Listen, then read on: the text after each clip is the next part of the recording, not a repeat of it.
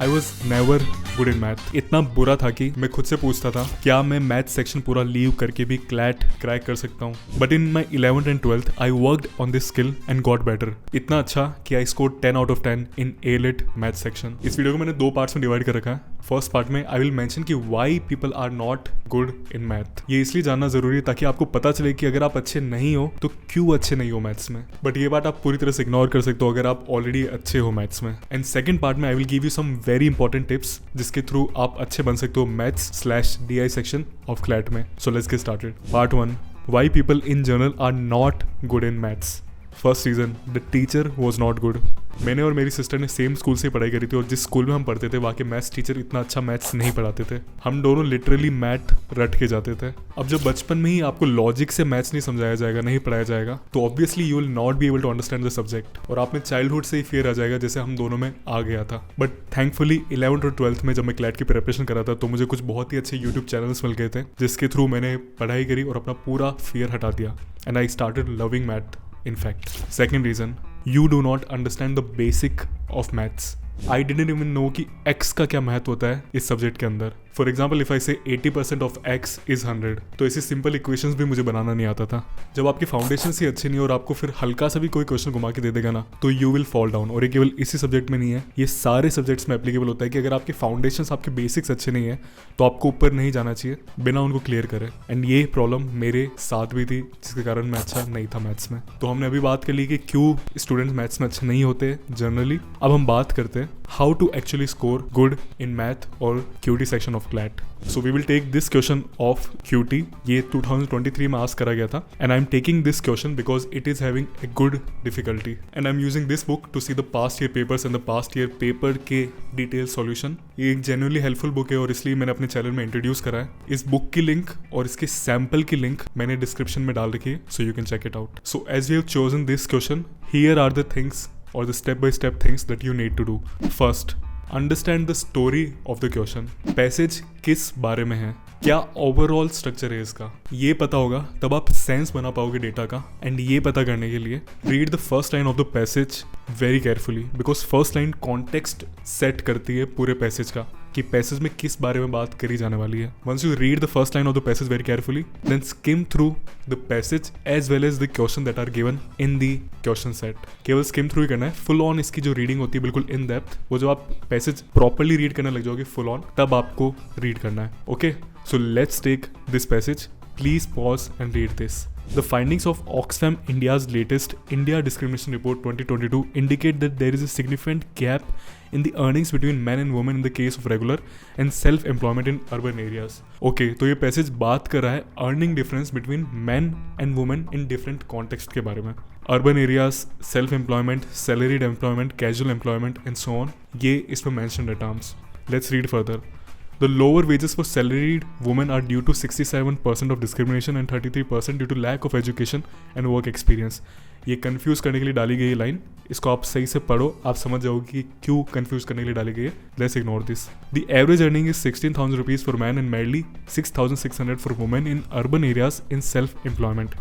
The average earning of men is 19,800 as against 15,600 for women in regular salaried employment in urban areas. Also in urban areas, the average earning of men 9,000 are significantly higher than women 5,700 even in casual employment. Okay, तो इससे हमें पता चल गया कि data segregate करना है इस तरीके से: men self employment, salaried employment, casual employment; women self employment, salaried employment, casual employment. Now let's just skim through the questions. Of the regular employed in urban areas, the earning of a non-SC/ST worker is what percent more than SC/ST worker? Okay, SC/ST से related भी कुछ यहाँ पे है, we will see later. तो हमने अभी first line अच्छी तरह से रीड करी, पैसेज और क्वेश्चन को भी स्किम थ्रू कर लिया और हमको एक ओवरऑल आइडिया मिल गया है कि क्या स्टोरी है इस पैसेज की। Now let's go to the second point. Second point, give very specific focus on the key levers of the question. तो आपने फर्स्ट लाइन अच्छी तरह से पैसेज की रीड कर ली, स्किम थ्रू कर लिया पैसेज को, स्किम थ्रू कर लिया क्वेश्चंस को भी, तो आपको एक ओवरऑल आइडिया मिल गया कि क्वेश्चन किस बारे में है और स्टोरी समझ गए आप क्वेश्चन की। Now you have to start reading the question very intensively and in a focused way.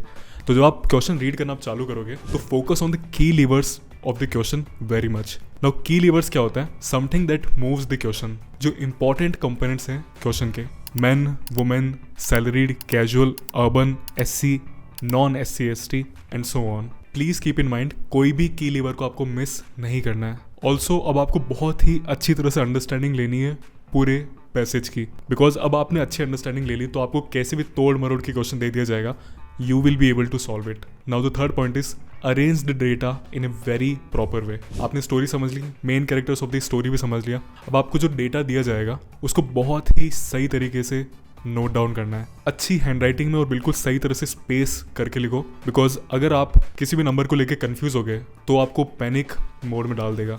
तो हर एक डेटा को बहुत सही तरह से लिखो ताकि आप जब उसको बाद में देखो तो आपको समझ आ जाए, और अगर नहीं समझ में आया तो आपको पैनिक में डाल देगा वो। Okay, so the fourth point now is you will have to trust that you are doing right whatever you are doing. DI के क्वेश्चंस में आप बहुत सारा डेटा एक साथ प्रोसेस करोगे और आपको डाउट होगा कि क्या मैं क्वेश्चन सही समझ भी पाया या फिर नहीं, क्या डेटा सही अरेंज कर पाया या नहीं, क्या मेरी कैलकुलेशन सही भी जा रही है या फिर नहीं, एंड सो ऑन।